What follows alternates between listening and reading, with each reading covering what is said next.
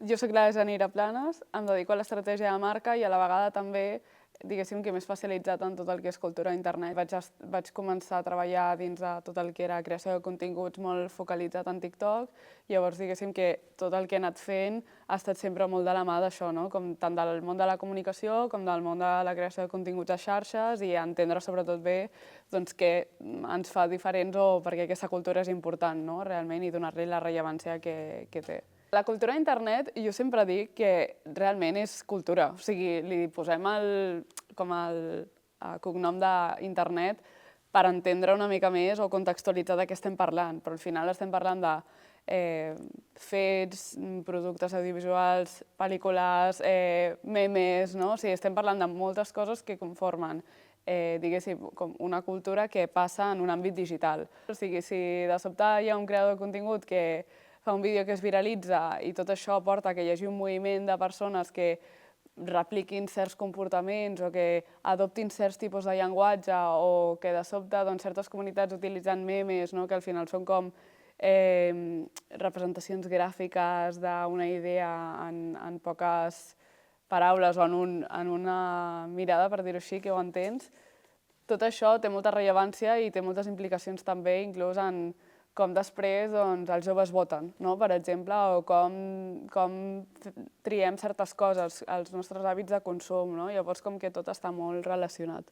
Internet afavoreix molt la democratització de la informació i l'accés, sobretot perquè té una barrera d'entrada molt baixa, no? És a dir, tu només necessites tenir un telèfon i un compte d'Instagram o de TikTok o un mail per subscriure't a newsletters, per exemple, no?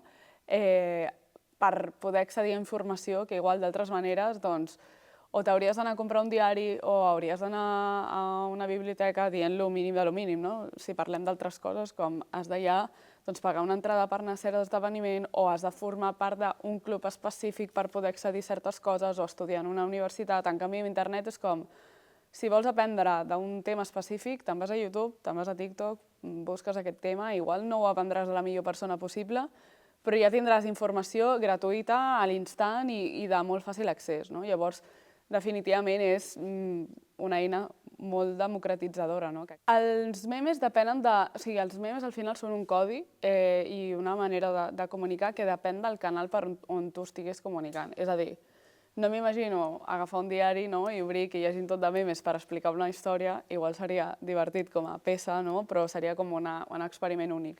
Però sí que és veritat que igual els mitjans, si de sobte volen estar doncs, a canals més propers o on aquests codis siguin més típics, no? Com pot ser doncs, un Twitter o un Instagram o un de més, de tant en tant sí que poden dir, mira, doncs utilitzarem un tipus de format que és més similar al meme, no? O que és més audiovisual o que és més amb codis propis de generacions més joves que estan online per arribar a més públic, no? Llavors és saber trobar com el balanç i el punt correcte.